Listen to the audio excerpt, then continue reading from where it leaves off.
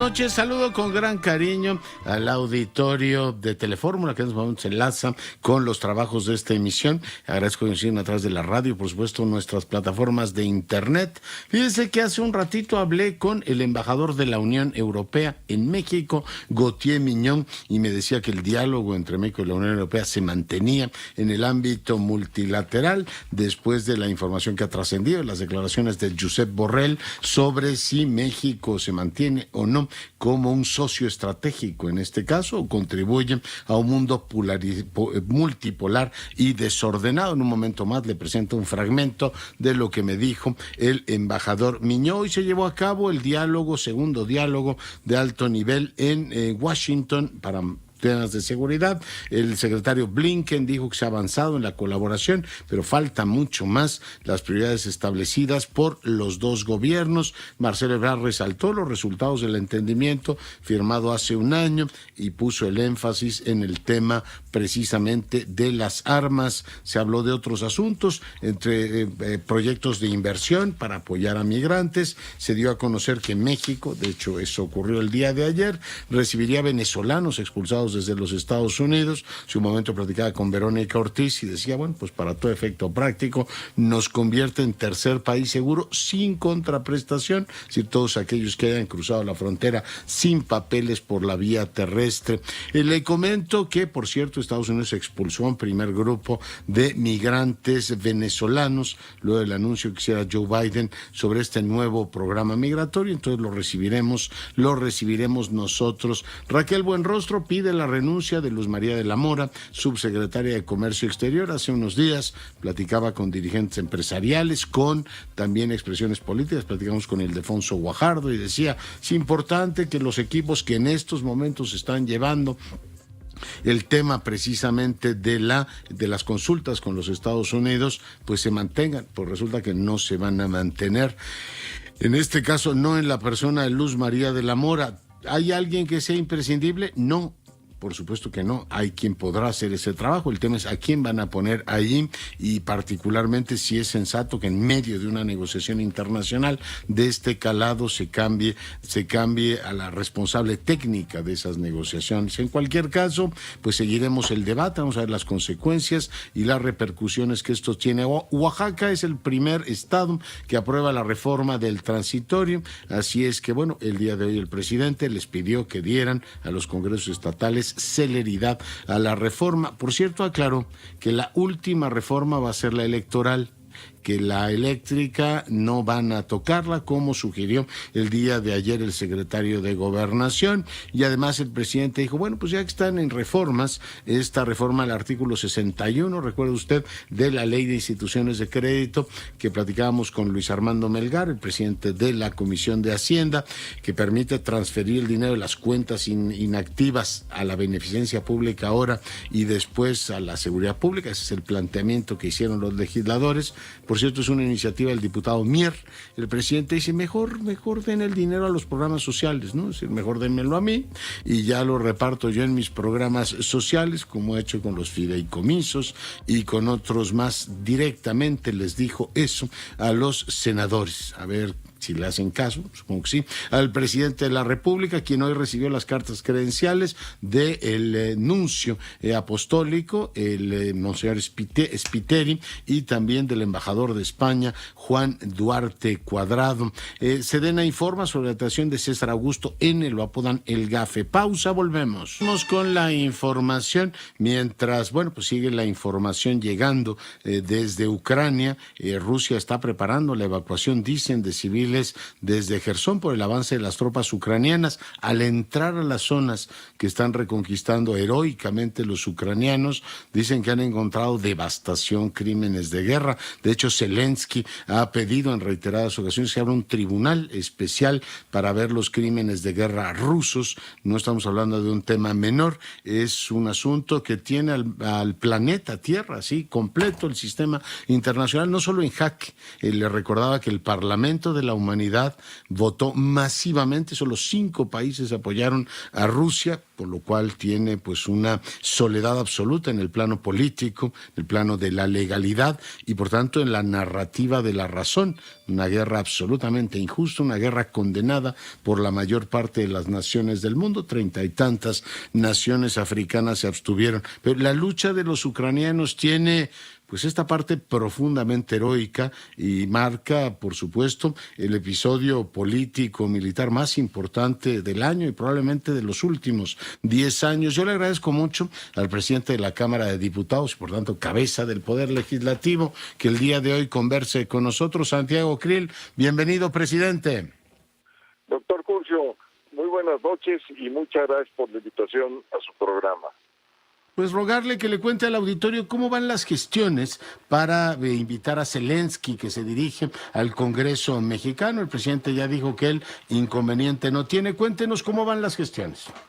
Pues van bastante bien hasta este momento. Tuve yo una videoconferencia con el presidente del Congreso de Ucrania y él fue el que hizo la petición a nombre del presidente Zelensky en esa videoconferencia que sostuvimos de un poco más de 30 minutos, en donde pues platicamos de los temas que están en este momento pues más álgidos y más relevantes en Ucrania y todo lo que está pasando allá, y la posición que México ya ha asumido finalmente, una posición clara, franca, en contra de la invasión rusa. Así votó nuestro embajador de la Fuente en las Naciones Unidas. Ya había tenido una intervención en el Consejo de Seguridad de Naciones Unidas.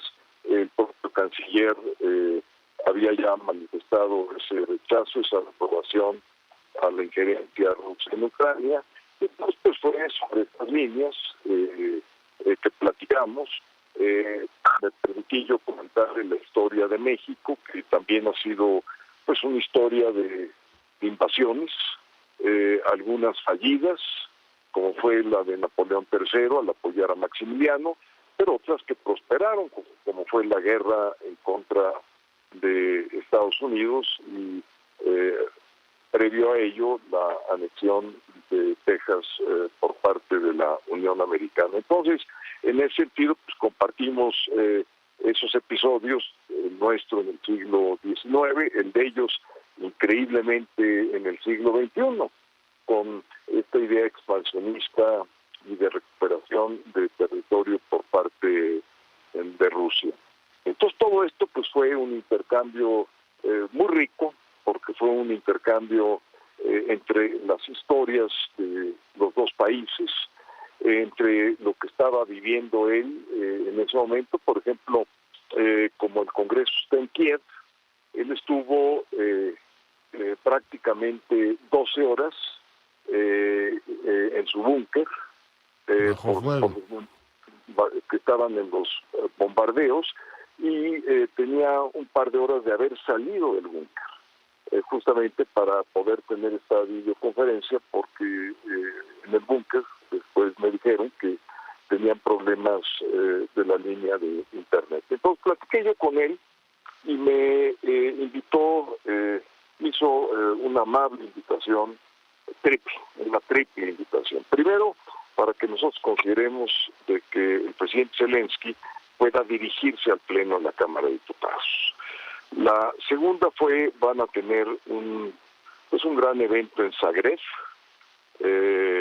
por el asunto de Crimea, que ya tiene también pues una larga historia desde el 2014, cuando fue invadida por parte también de Rusia, y en Zagreb se va justamente a congregar a los presidentes de los congresos de buena parte del mundo occidental, en donde la idea pues es hablar del derecho internacional, de los derechos humanos y de los estados democráticos en este siglo XXI, que se han visto amenazados por diversos factores, entre otros por la invasión de Rusia a Ucrania, y también por el problema propio de Crimea. La otra invitación fue a que pueda yo ir como presidente de la Cámara de Diputados a dirigirme al Parlamento, al Congreso directamente en Ucrania. Entonces todo esto pues lo estamos considerando, lo voy a tratar la próxima semana en la Junta de Coordinación Política. Como les recuerdo, en la Cámara de Diputados existen dos cuerpos colegiados fundamentales. Uno es lo que es la mesa directiva de la Cámara de Diputados, que es la que dirige las sesiones, la que representa a la Cámara hacia el exterior, la que tiene las relaciones con los demás poderes, la que tiene que defender, y ahí es el propio presidente, el fuero parlamentario, la inviolabilidad de las instalaciones, y tiene el propio presidente de la Cámara pues una serie de facultades y prerrogativas para defender. Sí, se me fue Krill, vamos a ver si lo podemos recuperar. Una serie de prerrogativas, dijo, para defender, a ver si podemos recuperar efectivamente, el enlace con él, Krill naturalmente, presidente del Congreso, en este caso de la Cámara de Diputados, y por tanto cabeza del Poder Legislativo, aparece como es natural, pero él sí ha manifestado su interés de ser precandidato a la presidencia, apareció en la lista que hoy el jefe del Estado manejó de manera pues muy de divertida, ¿no? El presidente estaba contento ahí hablando de su lista y diciendo, bueno, pues que el bloque conservador tiene muchos y como minimizando el tema. Yo no sé, cuando se empiece a complicar la situación electoral para su partido, si le va a dar tanta, si es que se llega a complicar, entiéndame, pero si no tuviera esta amplia ventaja, si le resultara esto tan extraordinariamente jocoso. Pero bueno, regreso con Santiago Krill, hablábamos efectivamente del tema de las prerrogativas. Presidente, adelante. Sí, justamente entonces, como presidente, pues la prerrogativa que tiene, que tengo yo como representante, pues es justamente representar en la diplomacia parlamentaria a la Cámara de Diputados. Entonces todo esto... Preguntarle sobre diplomacia legislativa. Ahora se acaban de reunir los ejecutivos, incluso fueron los secretarios de Marina y Defensa a la reunión con los Estados Unidos. Hecho en falta, probablemente es error mío, presidente, pero como que las interparlamentarias México-Estados Unidos han perdido, yo no sé si densidad o presencia. Le pregunto si hay alguna programada próximamente, presidente. No hay ninguna programada todavía, digamos, con fecha fija, debe de realizarse, sin lugar a dudas. Uno de los problemas fundamentales pues son las elecciones, y las elecciones en Estados Unidos pues están a todo lo que dan, porque pues a final de este año, en noviembre, se va a decidir sobre quiénes pueden estar siendo reelectos, quiénes no, quiénes ingresarán de nueva cuenta al Congreso, y todo esto pues interrumpe obviamente los trabajos de diplomacia parlamentaria. Entonces vamos a esperar a que se lleven a cabo las elecciones, seguramente que pase diciembre, que también no es un buen mes, pero yo creo que en enero pues tenemos que retomar nuestra bilateral, que es justamente la reunión y el encuentro entre legisladores estadounidenses y mexicanos. Muy bien. Presidente, finalmente quisiera preguntarle, salvo naturalmente que usted quiera agregar algo más, el Tribunal Electoral del Poder Judicial de la Federación ha determinado que, pues varios funcionarios del Estado, incluido el presidente de Morena, calumniaron a quienes llamaron vendidos o vendepatrias. ¿Con esta resolución del tribunal queda ya zanjado el asunto o esperarían una disculpa pública? Presidente.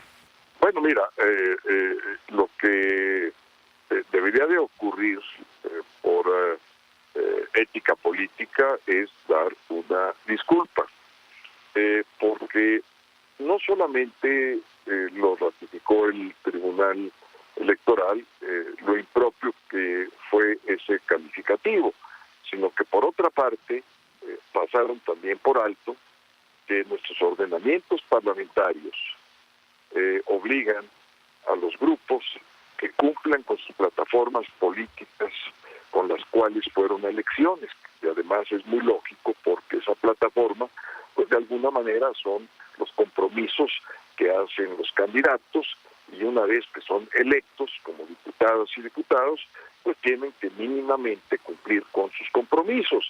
Y en el caso muy particular de los panistas, nosotros nos comprometimos a impedir cambios en materia eléctrica, porque pensábamos, y lo seguimos haciendo, que era un despropósito cambiar energías baratas y limpias por energías caras y sucias. Entonces, este fue un compromiso de campaña, y justamente la polémica se da con la reforma eléctrica que propuso el presidente López Obrador, y habló de defensores de la patria y de vendepatrias, de leales y de traidores, cuando realmente pues esos calificativos no honran primero a los ordenamientos parlamentarios, como el que te acabo yo de mencionar, pero segundo, en una democracia pues no hay leales y traidores, hay una pluralidad, hay gobierno y oposición, ¿no? Mayorías y minorías. Exactamente. Entonces, oiga, y tan representantes de la nación son los que forman la mayoría como la minoría, y los que hoy forman la mayoría mañana pueden ser minoría nuevamente, ¿no? Por supuesto, para eso es la democracia, la alternancia, y finalmente quien tiene la última palabra es el elector. Entonces, todo esto es un despropósito en un sistema democrático. ¿Por qué? Porque niega la pluralidad, niega que alguien pueda pensar distinto, y quien piensa distinto para este régimen morenista, pues es traidor, es desleal, es vendepatrias y es todos los calificativos que se le puedan ocurrir en una mañanera al presidente de la República. O sea, está muy mal. Qué bueno que el tribunal puso en orden, espero que cumplan y que atiendan a que el principio de desunión del país se da por el lenguaje. Hay que saber que la polarización, que la división, que el enfrentamiento entre los mexicanos empieza por lo que están diciendo los liderazgos políticos, y si lo hacen de manera irresponsable pueden generar después violencia y enfrentamientos entre los distintos grupos políticos, que eso es totalmente indeseable, reprobable en una democracia. Entonces, no hay que empezar, simplemente hay que ser responsable como actor político de una democracia, discutir, sí, vehementemente también, argumentar, esgrimir todas las ideas que uno tiene, ser lo más crítico que se pueda, contrastar los argumentos, pero no se vale tratar como enemigos a quienes en todo caso son adversarios políticos, competidores políticos. Traidores más que enemigos, sí, lo que es todavía peor, ¿no? El enemigo ya es otra connotación. A un enemigo se le extermina, a un enemigo se va, se busca, se le encarcela, se le cuarta su libertad. Pues un enemigo es alguien que quiere ya apropiarse del concepto uno, patria. La patria es de todos, ¿no? La Constitución además no nos divide entre unos y otros, los que simpatizan o no con un gobierno en turno. Presidente, pues muy agradecido con usted. Al contrario, doctor, muchas gracias por la oportunidad. Un fuerte abrazo a usted y a su auditorio. Gracias. Santiago Krill es el presidente de la Cámara de Diputados y como tal cabeza del Poder Legislativo. Y bueno, pues ya le contaba que el presidente de la República hoy pues se divirtió poniendo a 42 personas, 43 porque metió también al exgobernador de Tamaulipas. Y bueno, naturalmente hay políticos, aprovechó hoy para machucar a Agustín Carstens, que dirá, oiga, ¿yo qué tengo que ver en todo eso?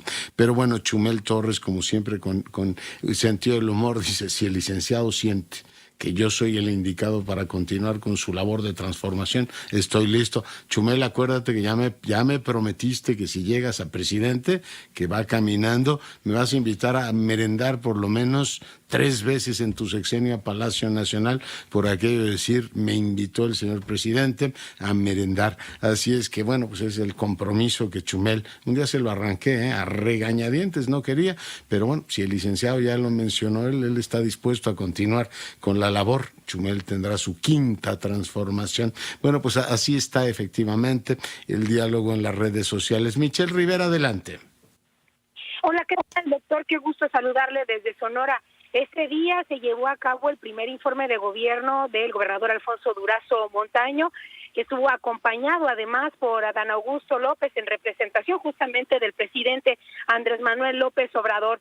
La ceremonia inició a las 10:30 de la mañana cuando el mandatario estatal trasladó en documentos el informe en el Congreso del Estado recibido en ese lugar por los legisladores pues de la actual legislatura en el Congreso del Estado para posteriormente trasladarse al auditorio cívico donde se encontraría con cerca de 1,000 asistentes y ofrecería el primer informe de gobierno que ocurre por ley pues cada 13 de octubre y que cabe decir que recientemente propuso al Congreso cambiar esta fecha 13 de octubre para que regresara a las antiguas fechas en las que se celebraba el primer informe, que es justamente el 13 de septiembre. Pero bueno, regresando a parte del mensaje, doctor, déjeme mencionarle que ahí Alfonso Durazo habló de entrada de la lucha que está encabezando, tomando las riendas del estado de Sonora, asegurando que además de ser un gobierno progresista y encabezar también la cuarta transformación que ha planteado López Obrador, pues históricamente estaría cumpliendo con los anhelos de muchos sonorenses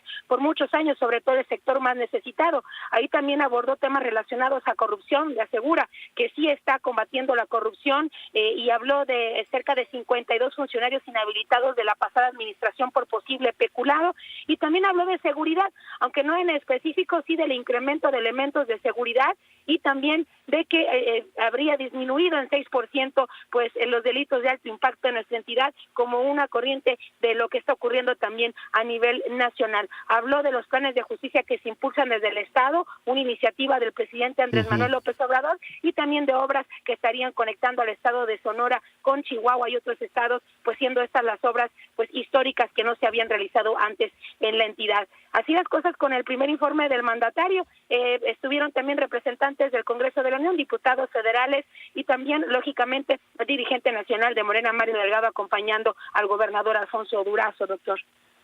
Muy bien, pues muchas gracias por el reporte. Gracias, doctor. Muy buenas noches. Michelle Rivera informándonos desde Sonora. Y bueno, pues seguimos por supuesto con la información. Le comento que el día de hoy las bolsas de valores tuvieron un comportamiento positivo, 0.19, 0.20 aquí en México. En el caso del Dow Jones subió 2.83, el Nasdaq 2.30, el dólar hoy se cotizó en 20.49. Vamos ahora a enlazarnos con el doctor Guerrero Chiprés. Hoy hubo un evento importante efectivamente en el centro de la Ciudad de México. El doctor Guerrero preside el Consejo Ciudadano de Seguridad Pública y Procuración de Justicia. Doctor, muy buenas noches. Buenas noches, Leonardo. Me da mucho gusto saludarte y con el mismo gusto saludar a tu audiencia. ¿Qué reflexión comparte con el auditorio el día de hoy, presidente? Bueno, primero que nada hay que decir que el día de hoy hubo un evento muy importante en el Museo de la Ciudad de México. Ahí el Consejo Ciudadano presentó los datos de disminución de incidencia delictiva. A esa ceremonia encabezada por la jefa de gobierno, Claudia Sheinbaum, asisten también el jefe de la policía, el secretario de Seguridad Ciudadana, Omar García Harfuch, la fiscal general de justicia de la capital nacional, Ernestina Godoy, y ahí básicamente compartimos dos datos centrales. Primero, la disminución de incidencia delictiva en lo que va del año con respecto al mismo periodo del 2019, de prácticamente 50-51% en el promedio de todos los delitos de bajo y alto impacto que aquejan normalmente a la comunidad. Es un progreso muy importante y al mismo tiempo ahí se presentaron datos centrales de algunas capturas, datos centrales que tienen que ver con la intervención evolutiva de la Fiscalía General de Justicia y también una disposición ciudadana y gubernamental de continuar en este momentum positivo de la seguridad que caracteriza a esta capital y que nos permite afirmar con datos en la mano que tiene los mejores resultados de las 6 entidades más pobladas del país, mi querido doctor. Sí, sí, así están efectivamente las cosas y van cambiando también las percepciones. Ya platicábamos usted y yo que en varias demarcaciones de la capital sigue habiendo todavía una inercia, pero poco a poco la percepción de los ciudadanos y esta sensación de tranquilidad va permeando, tranquilidad relativa, se entiende, va permeando en cada vez más capitalinos. Y recuerdas que tú tenías una preocupación metodológica, no puedo explicar, por ejemplo, en alcaldías como Benito Juárez, que por cierto tiene un lugar menos favorable que la propia Iztapalapa, si se considera tasa de incidencia por cada 100,000 habitantes es más negativa que Iztapalapa, sin embargo tiene una percepción positiva. Y te tengo una propuesta de respuesta a esa inquietud que tú manifestabas hace algún tiempo. Yo creo que parte de la percepción tiene que ver con la identidad de la comunidad, la identidad ideológica incluida, y también cómo se percibe el ambiente en el sentido del espacio público, qué calidad tiene el espacio público. Entonces ahí también esta campaña que tenemos en el Consejo Ciudadano que acaba de terminar, que se llama Contigo Avanzamos, nos revela que hay una expectativa de correlacionar el espacio público también con la percepción de seguridad. Muy bien, pues doctor, muy agradecido por la entrevista, muy buenas noches. Buenas noches. Gracias. Bueno, pues ahí lo tiene. Vamos ahora a escuchar lo que me dijo hace un momento el embajador Gauthier Mignon a propósito precisamente de lo que dijo Josep Borrell. ¿No lo tenemos? ¿No tenemos el fragmento? ¿Sí? ¿Me dicen que sí? Me dicen, bueno, dijo Borrell, se refirió específicamente a México porque está particularmente atento a América Latina, reconoció que el presidente expresó un sentir diferente de la Unión Europea, incluso me interpelaron a mí, al embajador en México, para decir que es un ejemplo de una postura diferente. Entonces a partir de ahí estuvo llamando a que analicemos estas diferencias, esto es lo que dijo, pero al mismo tiempo la Unión Europea y México votamos, en este caso se refiere a Naciones Unidas, tiempo que el voto esta semana se dio en contra de la anexión ilegal de territorios ucranianos. Bueno, pues es parte de lo que me comentó. Le decía que el día de hoy también tuvo lugar la reunión bicentenaria entre los Estados Unidos y México para hablar de los temas de seguridad. Usted recuerda que esta iniciativa tiene, digamos, como elemento fundamental, es la sucesora de Mérida y tiene como elemento fundamental la cooperación en el alto nivel. Hoy por primera vez estuvieron el secretario de la Defensa y el secretario de Marina, en este caso secretario de Marina y secretario de Defensa, además del fiscal general del Estado, del general de la República.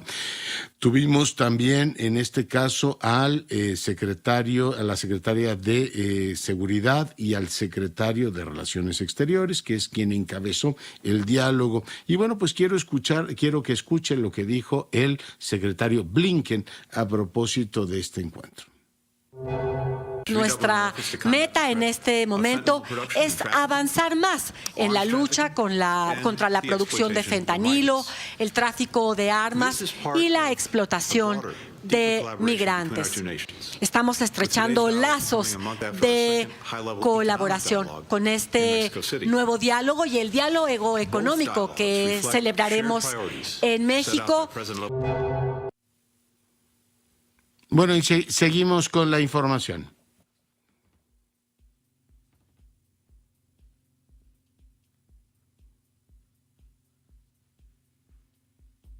Creo que tienen un problema técnico ahí. Si vamos, me indican entonces, ¿vamos o no?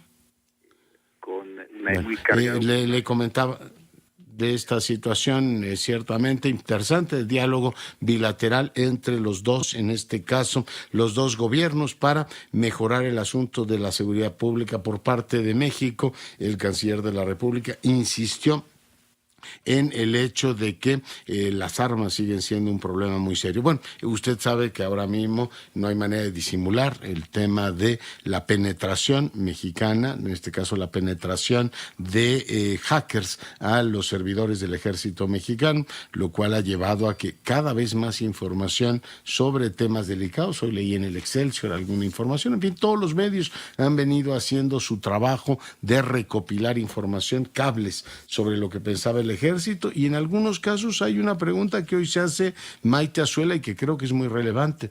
O sea, hay mucha información, muchos diagnósticos de qué es lo que sabían y por qué hay tan pocas detenciones. Esa es una pregunta perturbadora. Igual que me quedo con la pregunta perturbadora que hoy hacía Jesús Reyes Heroles a propósito del tema de seguridad. Si uno ve que los narcos, el gobierno, en este caso el ejército, son parte del ecosistema en el que vivimos, en ese triángulo, ¿quién lleva la mano? ¿No? Es decir, ¿hacia dónde se está moviendo este país? ¿A un mayor poder del ejército sobre el poder civil? ¿Están o no reduciendo el poder de las organizaciones criminales? Claramente es una de las prioridades, sea uno de izquierda o de derecha.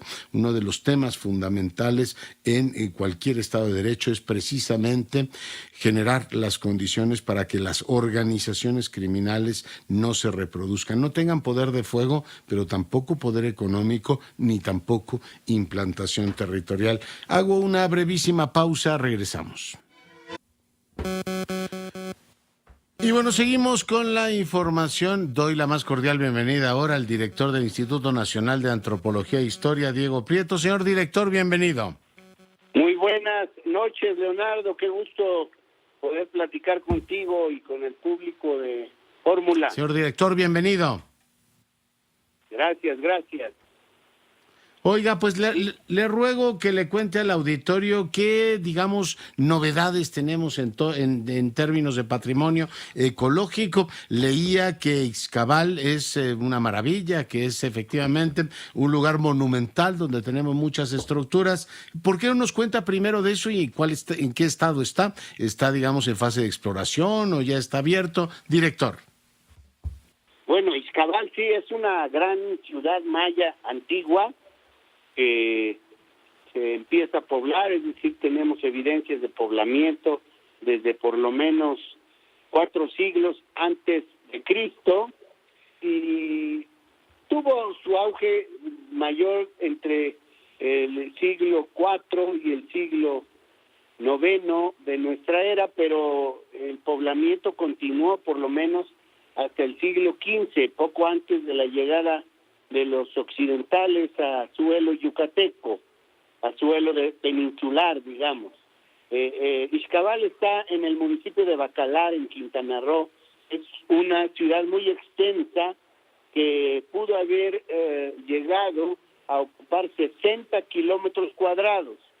Son cientos de estructuras, algunas de menor tamaño, pero algunas muy monumentales. Hace poco en algunos medios salieron fotografías que muestran lo impresionantes que pueden ser algunas de sus estructuras, de sus basamentos piramidales, o pirámides como popularmente las conoce la gente. Esta zona se conoce desde los años 90, en que se hicieron primeras investigaciones a cargo, entre otros, de Enrique Nalda, de la arqueóloga Campaña, y más adelante de Sandra Balanzario. Sin embargo, pues se había quedado ahí simplemente como reserva de investigación arqueológica, pero ahora, dentro de las actividades del programa de mejoramiento de zonas arqueológicas, tanto el presidente López Obrador como la gobernadora Mara Lezama nos han pedido trabajar para que antes de que concluya este sexenio se pueda abrir al público Ixcabal. Estamos platicando con la comunidad, con los ejidatarios, para que ellos también salgan beneficiados, ellos puedan explotar algunos negocios vinculados al servicio turístico y al mismo tiempo esta zona pueda generar dinámicas de beneficio comunitario, de beneficio social y de activación económica relacionada con el turismo en el sur de Quintana Roo. Yeah. Quintana Roo, como sabes, Leonardo, pues se ha desarrollado fuerte en el norte, pero tiene todavía muchos rezagos en toda la parte centro y sur de los más jóvenes estados. Oiga, y preguntarle, 1,200 años de vida, pues tiene más, digamos, tiene una existencia más larga que todo México. ¿Tenochtitlan, director? No, sí, claro, por supuesto. Sabemos que Esta ciudad tiene 700 y pico de años, ¿no? Y eso, si desde el, ¿qué me decía? 400 antes de Cristo hasta el 1500, sí, o sea, es una ciudad absolutamente fundamental. Sí, claro. Efectivamente, hay que quitarnos la idea de que el México antiguo era solo México Tenochtitlan, era una diversidad de expresiones civilizatorias, de culturas, de pueblos, de lenguas, por supuesto, muchas de las cuales siguen vigentes a pesar de las catástrofes que vinieron con la conquista y sobre todo con las enfermedades. O las actuales, ¿no? Pues se quejan, llevan 200 años de vida independiente y se siguen quejando, director. No, sí, por supuesto que todavía... Dirán las que vinieron de Occidente y las que vinieron del centro del país. Exacto, todavía hay una deuda importante para lograr efectivamente hacer realidad lo que nuestra Constitución política dice desde 1992, que somos una nación pluricultural. Sí, lo somos. Pero le pregunto, con este ánimo que tiene este gobierno de construir obras, todo ese patrimonio arqueológico que hay que recordar no es de esta generación, sino lo tenemos que guardar para las siguientes y para la humanidad completa, ¿está preservado? Lo estamos preservando, Leonardo, por supuesto. Efectivamente, pues gran parte de este patrimonio estaba en el subsuelo. Allí, de alguna manera, se preservaba, pero no se conocía, no se había podido incorporar a la mirada arqueológica y antropológica, es decir, no se había podido convertir en dato arqueológico y conocimiento antropológico. Ahora esto se favorece, las obras públicas, si se llevan a cabo con criterios de protección del patrimonio arqueológico histórico, nos ofrecen mucha información. Miles de materiales arqueológicos que estamos recuperando en el trabajo de salvamento y además ahora la oportunidad de trabajar este programa de mejoramiento de zonas arqueológicas, promesa que nos permitirá hacer trabajos ya más exhaustivos en algunas zonas arqueológicas, tanto para la investigación y conservación, como para también favorecer su difusión y el disfrute social de este patrimonio tan importante. Sí, pues director, le agradezco mucho que haya estado esta noche con nosotros. Yo también, Leonardo, espero que podamos seguir platicando y que nos acompañe próximamente por ahí a ver algunas de estas maravillas de las antiguas culturas mayas que siguen vivas en el presente. ¿Sabe cuánto orgullo tenemos todos los mexicanos de ese patrimonio que nos legaron y que hay que conservar para las siguientes generaciones? Y subrayo, la humanidad completa. Gracias, director. Gracias, Leonardo. Un abrazo muy afectuoso. Nos vemos pronto. Suerte. Gracias. Nos vamos y sea rabiosamente feliz. Se lo merece.